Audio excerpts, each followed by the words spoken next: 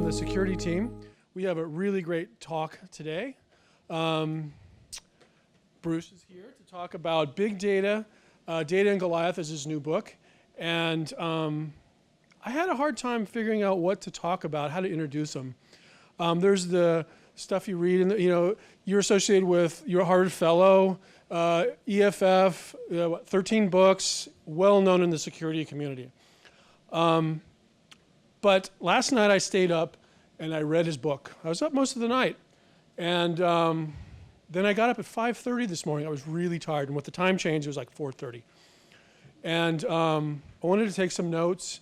And so I had an event this morning that made me appreciate the book, what was in it. And I got into my car, I started to drive away, and I realized that I left his book in my house. So I left my car running, went inside, got the book, left my door open. My car rolled down the driveway, took out my door, crashed into an oak tree, pretty much totaled my car. This is at 5:30 this morning. So 5:45, I'm on the phone with Geico, filing an insurance claim.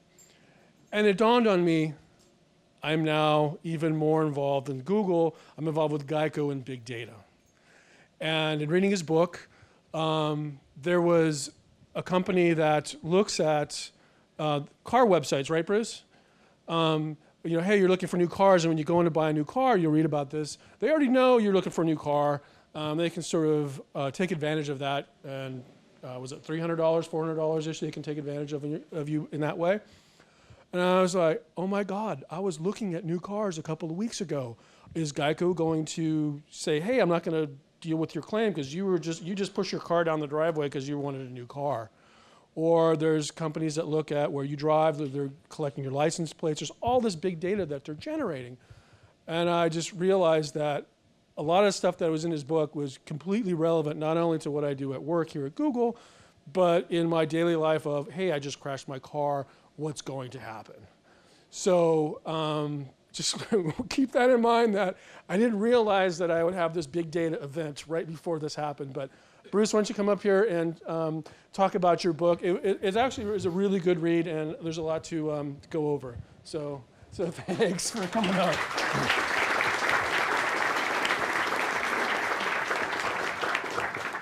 Hey, thank you. Maybe we should talk about the value of the parking brake.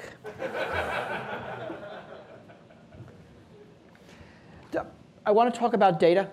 The book I wrote is Data and Goliath. I appreciate the proper pronunciation. I didn't realize this, but there are lots of people out there who will pronounce it Data and Goliath and then not get the joke.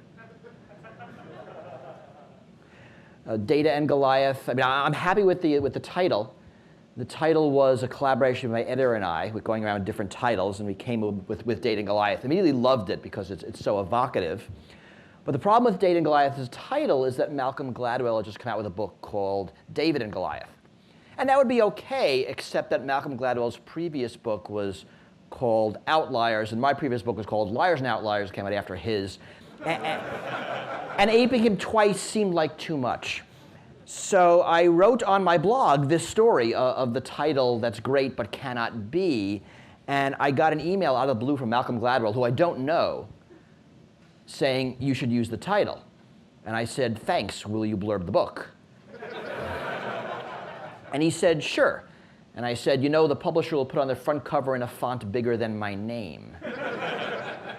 So it is on the front cover. It's actually not in a font bigger than my name, but I appreciate the permission to use the title and the kind words. What I'm writing about is data. I'm really writing about data in society and how it's used. I mean, you all know that all computers produce data about things that are happening, about what's going on, right? Transaction records. And so I'm writing about how these transaction records are generated, how they are increasingly stored, and increasingly used, saved, bought, and sold by different companies. I look at Google, I look at license plate capture, I look at different systems that follow you around on the internet, cameras, all of these technologies of collection which I think have been well talked about in the media. What's talked about less are systems of analysis. Right? The media likes to focus on collecting this, collecting that, spends less time on analysis. I think one of the common misconceptions I find talking to people is they have very human views of analysis, that people are looking at it, or people-like entities. So you can hide in a sea of big data. Right? If you've got thousands or millions of records, they'll never find you. Right? There isn't this conception that computers are really good at incredibly boring, time-consuming, repetitive tasks. Right? And the intuition of how this data can be used, how things can be correlated, doesn't apply anymore. And I'm reminded, this is only related, of the programs that would take shredded paper and reassemble the documents, basically by brute force. And laying them all flat, and taking a photograph, and moving the parts around until you got, it's basically a puzzle. Right? But it's a puzzle that a human being could never solve. And so just like paper shredders are designed for a human adversary, not really a computer adversary, right, our notions of data and and what happens to our data is conceptualized mostly based on human adversaries. So I talk a lot about this. I talk about the data being surveillance data. And I think this is a problem, another problem in the popular conception, the notion that it's only metadata. You heard President Obama say that a year and change ago. Right? And metadata is fundamentally surveillance data. To me, the way to think of it is just do a thought experiment. Imagine I hired a private detective to spy on that guy. Right? And the detective would put a bug in your home, in your office, in your car, and I'd get a report of the conversations he had. Right? That's the data. That's the kind of thing President Obama says it's not being captured for all Americans. Right, now I imagine I took the same detective and said, put this guy under surveillance. I would get a different report. I get a report of where he went, who he spoke to, what he did. Right, that's all the metadata. The metadata is the surveillance data, and it's surprisingly intimate. Right, metadata speaks to our relationships, our associations, what we're interested in, what's important to us. It's really who we are. And it's much easier to store, to search, and analyze. Take sort of an obvious example of metadata is our location data. Right? Produced by our cell phones, we carry them around all the time. Not out of malice, it's how the phones operate. They can't deliver phone calls unless they know where you are. But a pretty accurate picture of where you are reveals a lot.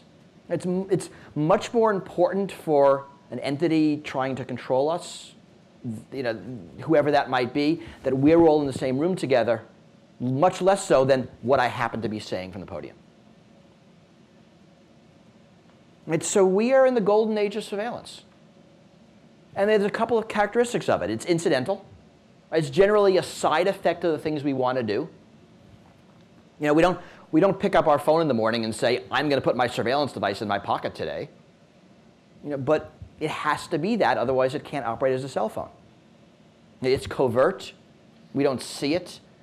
If there were 50 people standing over your shoulder as you surf the web, you would notice that. You'd say, hey, get away, I'm doing something. Right? But if it's 50 cookies tracking you, you don't notice it. It's hard to opt out of. I'm always asked, what can people do to avoid surveillance? And the advice like don't carry a cell phone and don't have an email address is kind of dumb advice. Don't have a credit card, don't have a Facebook account. These are the things you need to be a fully functioning member of society. And those aren't things we can easily do without. Right? And it's also ubiquitous. Right? It's happening everywhere, simply because more and more of our life involves computers. Our commerce, our socialization, our research, our reading, intermediated by computers, so the data is collected. Right? And ubiquitous surveillance is fundamentally different. Right? It's not follow that car, it's follow every car. And you can do more things. You can follow people backwards in time. You can do what the NSA calls hop searches. Right? Who am I talking to? Who are they talking to? Who are they talking to? When you hear 3 hops, that's what they're talking about. You can do about searches. Don't search this person, but tell me who's spoken these words. Tell me who writes about this topic. Find me somebody that meets these particular surveillance characteristics. Maybe 3 time location parameters. Probably a unique person. Or flagging something based on interesting. Now, this data, right, is being collected and used primarily by corporations. Surveillance is the business model of the internet. You guys know that. And we build systems that spy on people in exchange for services. A lot of reasons why this is so. When the internet began, there wasn't any way to charge for anything. The internet began to be used for commercial reasons. And people expect the internet to be free just based on its pre-commerce history. So advertising was the obvious way to make money on the internet. And personalized advertising was the obvious way to extend that and make that more profitable. So I think of this as free and convenient as the drivers of surveillance. Right? And corporations know a lot about us, and it's sort of an amazing amount. Right? My cell phone knows where I live, where I work, when I go to sleep, when I wake up. We all carry cell phones. My cell phone knows who I sleep with. I used to say that Google knows more about me than my wife does. And that's true, but it's not even enough. I think Google knows more about me than I do, because Google remembers things that I don't. And I think all of us, when we're interested in something, we search for it. Right? You guys know what kind of porn every American likes. And that's sort of creepy. Now, do you remember last year we saw that Uber post where Uber was looking at rides. It was looking at rides to a location at night and then rides from the location the next morning. Right? So it basically found people using Uber to go have sex. And they published stats about this, what cities, what neighborhoods are the best for this. And they were all aggregates, right? They all hid the individual people, but Uber knows those individual people. Right? Uber can produce the list, if they wanted to, of people who use Uber to have sex. It's probably in the license agreement that they're allowed to. And this is done as a side effect of using a very useful service. And government surveillance largely piggybacks on these capabilities. We learned a lot from the Snowden documents. We know that from China. It's not like the NSA woke up one morning and said, let's spy on everybody. They woke up in the morning and said, look, these companies are spying on everybody. Let's get ourselves a copy. Right? They do it a lot of different ways. They do it through legal compulsion, national security letters. They do it through subversion, when they hacked your data center links outside the US. And they do it all different ways. And this really allows government to get away with a level of surveillance we would never allow otherwise. Right? We would never agree that we would all put our tracking device in our pockets every morning, right? But we carry a cell phone. Right? Or if the FBI said, whenever you make a new friend, you must alert the police. Right? You laugh, but you all alert Facebook. Or give the police a copy of all our correspondence. No, we just put it in Gmail. I don't use Gmail, but last time I checked, about a third of my email is stored by Google because everyone else does. And government surveillance is largely driven by fear. Right? On the good side, you can say it's fear of terrorists and fear of criminals. On the bad side, you can say it's fear of dissidents and fear of new ideas and fear of political organizing, right? Depending on which country we're talking about it. But this is how it happens, and this is how it extends. So I spend the first part of the book on that, on all this complex discussion of surveillance, corporate and government, what I think of as the public-private surveillance partnership, how things are working together. I use a lot of the Snowden documents, use a lot of things that happen in the commercial world. It's important to understand that This isn't just the US. And the Snowden documents have given us an extraordinary window into US NSA surveillance, but there's no reason to believe that other countries don't do the same thing to the extent of their ability. Certainly China, Russia, other countries with big military budgets.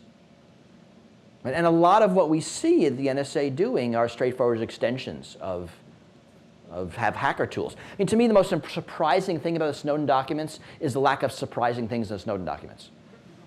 Right? That the NSA is not made of magic. I mean, you'd think with their budget there'd be some magic, but it seems to turn out that it's just putting more formal process and bigger budget and more people on attack tools, and you get straightforward extensions of commercial and hacker tools. And technology democratizes. I try to make this point again and again.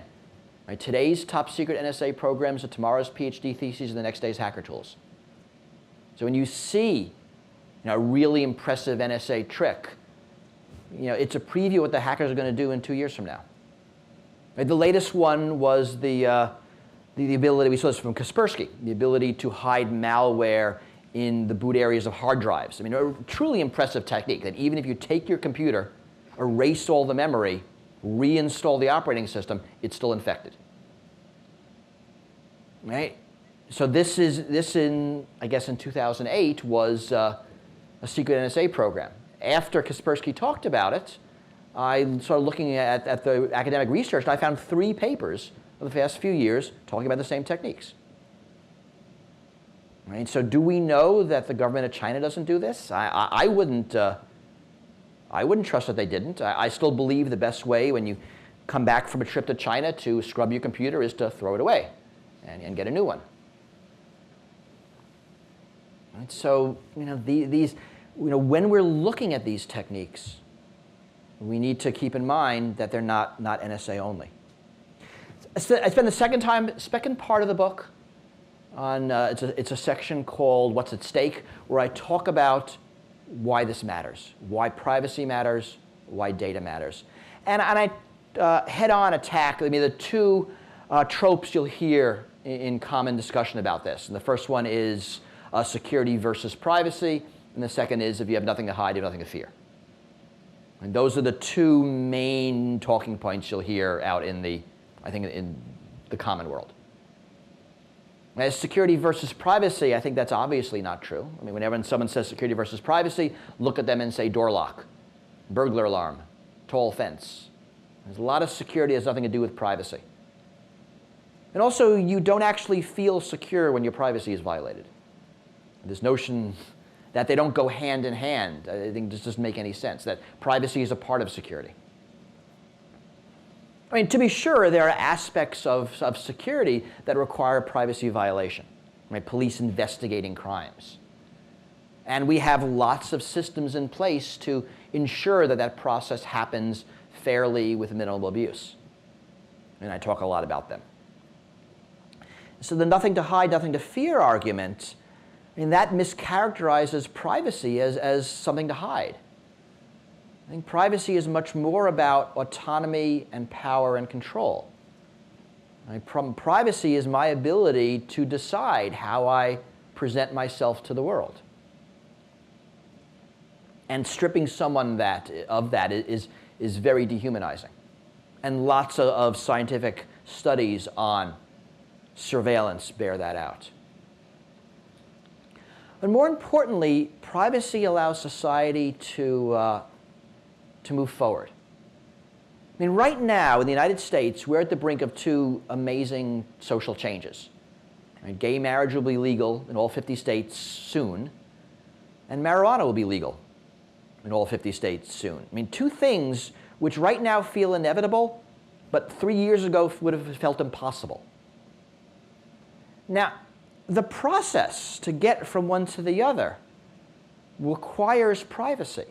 Right? In order for pot to become legal, it has to be that sometime in the past, someone tried pot and said, that wasn't that bad. Right? And then a couple of generations occur, and more people think, that's not that bad. But if you could imagine a world with perfect surveillance, and every gay relationship is stopped and prosecuted, absolutely, you'd never get to a world where a lot of people are saying, you know, why should I care? This is fine.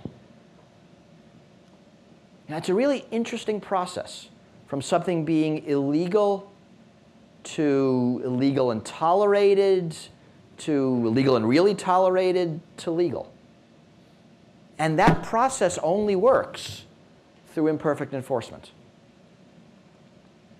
So I spent a lot of time on the value of privacy. I talk about the business reasons and the fact that we have a lot of trouble in the United States now that US products and services are not trusted. And I remember it was sometime last year, it was after the muscular revelations, and Google did a bunch of things to secure their data centers. And it was Eric Schmidt who said that now he's confident that the NSA can't penetrate his systems.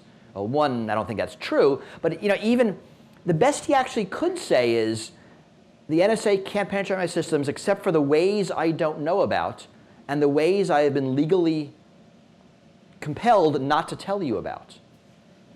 And we know in the United States, companies have gotten orders to deliberately break their security and not tell anybody about it. And as long as we're living in a country where those sorts of secret orders are possible, we cannot get to a point where we can trust, you know, any company's attestations about its security. This is very bad. This is very dangerous. I'm amazed we are at this point.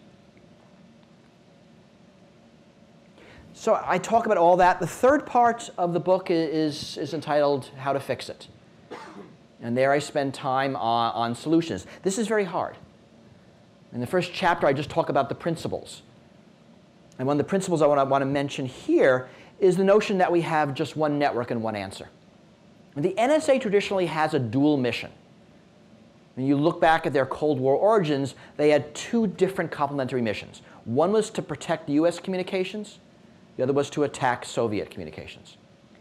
And those two missions were able to coexist because they were separate. Think of radios. The US-Soviet Union had different radios on different frequencies, different hardware, different systems. And you could attack theirs while defending ours. I mean, if you were eavesdropping on an undersea cable out of Moscow, I don't know, to Vladivostok, you would never get conversations from Peoria in it. Right? The physical object allowed you to separate the defensive and the offensive mission. That doesn't work on the internet. Right? Now everybody uses TCP/IP and Cisco routers and iPhones, the Chrome browsers. We're all using the same stuff. And it cannot be that you can defend ours and attack theirs at the same time. You have to make choices. If you find a vulnerability, you can either use it to defend ours, right? You can fix it, at the same time making them more secure, or we can use it to attack them at the same time leaving us less secure. And you have to make that choice again and again. And I think from everything we've learned that security is more important than surveillance. You know, take stingrays as an example. A stingray is basically a fake cell phone tower. That's a product name. It's probably a series of products from Harris Corporation sold to the FBI that allow the FBI, without a warrant, to figure out who's in a location and get a bunch of data from their phones. FBI has been very secretive about this, to the extent that they will instruct prosecutors to lie about it in court. I mean, even though a lot of information is public, they are still very, very secretive. So last year, some website, I forget which one, started looking around DC and found these stingrays all over the city, run by who knows who, for who knows what reason. Right? So here's our choice. Either we can exploit this technology, leaving all of us vulnerable to whatever other country or organization wants to exploit the technology, or we can fix it. We can add some authentication to our air-to-ground, air-to-cell phone traffic, depriving the FBI of the tool, but making us all secure.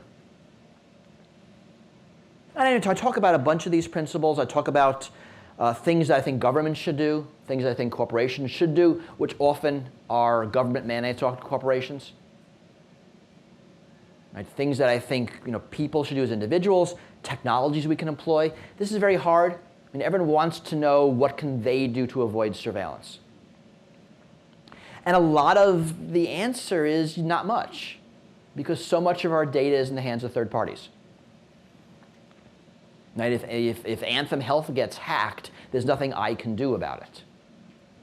I can't even decide whether or not they get my data. It probably is mandated by my employer. And again, the opting out tools is just not viable answers. So we can do things like use encrypted email or SSL or OTR. But they tend to work around the edges. They don't affect the metadata, and they rarely affect third-party data.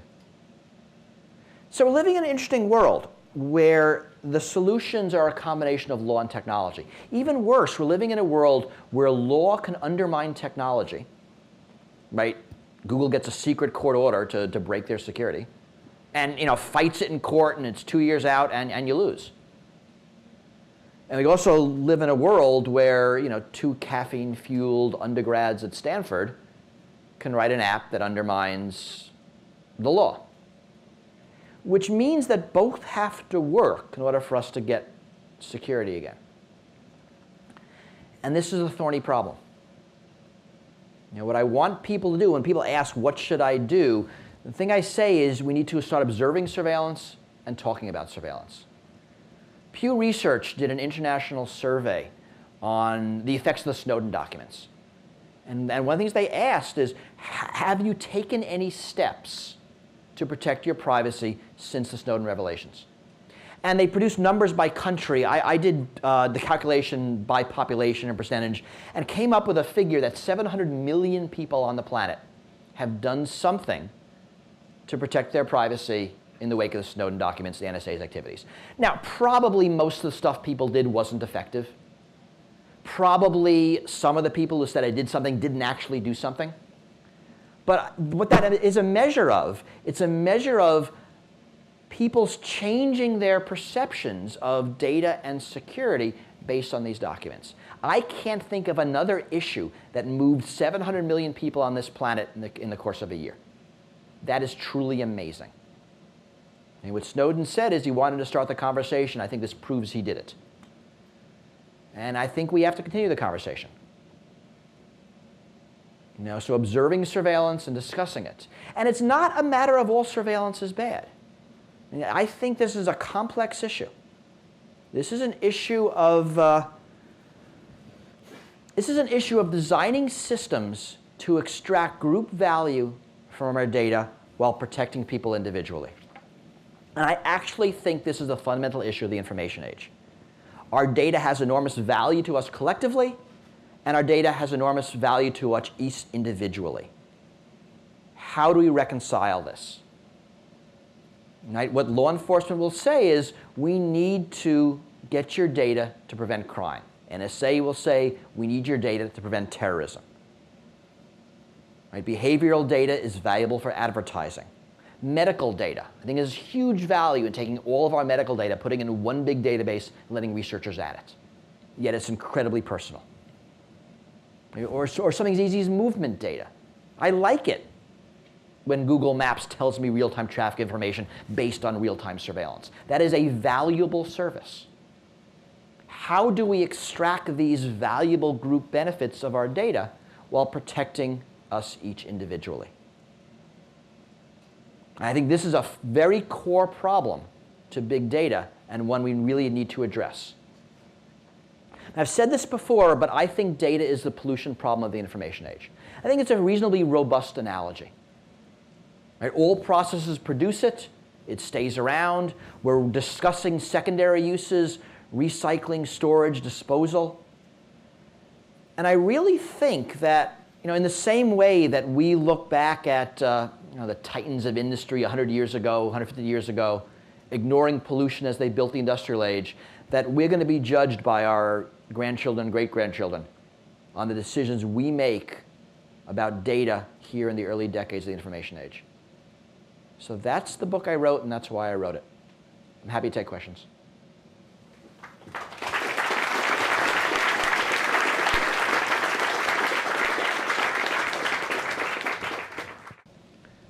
I'd like to ask you a little bit more about Edward Snowden. Last year, Governor Bill Richardson was where you were, and he said, I don't think Snowden is a patriot. I think Snowden did what he did was wrong. Do you think Snowden is a patriot? Do you think we need to keep relying on people like Snowden to keep exposing these things? And if so, is that any way to run a society to really just, fingers crossed, somebody puts themselves on the line and has to go and escape to Russia and hope the CIA don't get them? Well, I mean, that was a pretty extreme story. I think whistleblowers are extremely valuable in society. I think they act somewhat as a random audit. And they do provide a great service. And yes, it's not something you want to rely on, but they are a safety valve. And Yochai Benkler has written a paper on this. I think it's called Leaky Leviathan, talking about how good systems, robust systems are leaky, and the leaks are valuable. I personally think what Snowden did was moral and sound. But the discussion of patriot or traitor is really a history discussion. I tend not to like it because it focuses the story on the person rather than the documents. And I think the real story is the documents in the NSA and not the method by which we learned about the documents in the NSA. Thank you. So in hindsight, when the NSA proposed the Clipper chip, it was obvious that they wanted to do surveillance, and collectively we rejected it, and now we have the NSA hacking all our systems. Do you think some sort of key escrow or voluntary key escrow, perhaps, might be the way to go? I don't. There are a whole lot of reasons why that was a dumb idea in the 90s, and it's an equally dumb idea today. I mean, the basic reason is I can't make it secure. Basically, I can't build any backdoor into a system that somehow regulates for the morality of the person using it. That as soon as I build a method for access into the system, I have to assume that the bad guys will use it just as much as the good guys, or possibly more. And I have a much better secure system if nobody has access. And that's why key escrow didn't make sense then, and that's why it doesn't make sense now. I tend to be okay with NSA hacking. It's interesting. One of the things we learned from the NSA documents is that cryptography works. That cryptography properly implemented gives the NSA trouble, at least at scale. Right? I said this earlier, the NSA is not made of magic. And they are subject to the same laws of mathematics and physics and economics as everybody else is. And what good cryptography does is leverage the economics. I mean, I actually have no doubt that the NSA wants to be in your network, they are in your network, period, done. If they are not, it's for one of two reasons. One, it is illegal under their very aggressive interpretations of the law. And two, you are not that important in the scheme of budgetary allocation. Right? Breaking crypto, being able to read encrypted traffic en masse, is a much more cost-effective way of getting everybody's data. If the NSA has to target companies or individuals one by one, it's going to force them to target on the bad guys. And maybe if we're lucky, the Belgian phone company won't make the cut. I had a follow-up question about ways of securely aggregating data. I know the biggest recent thing I've heard of is fully homomorphic encryption, which, if it ever becomes feasible, could in theory aggregate data. Do you know of any other technical solutions for doing the hidden aggregation? I mean, there really aren't. I mean, homomorphic encryption still is theoretical. I'm not convinced it'll ever be practical. I mean, I'd like to be wrong, but it's going to require a lot more advances. I mean, right now and I don't know if homomorphic encryption would change it because of so much hardware hacking. We have to trust the platforms that have our data. We have no choice. Right? They are trusted in the sense of they can subvert our security, not that they are trustworthy. And because we are seeing so much hacking underneath the software layer, I don't know if homomorphic software would. Now, how much is that going to help when you have all this hardware hacking? So we really need to rethink our trust models. They seem to be failing in this world of everybody hacking everything.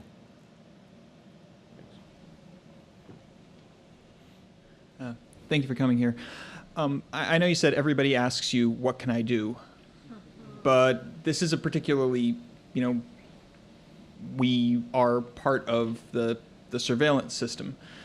And it was described to me when I first got here that the company only works because users trust us. If we lose user trust, then it's an existential threat to the company. And because of these revelations, we're kind of seen as the bad guy. Now, I know you don't particularly have a stake in the company, but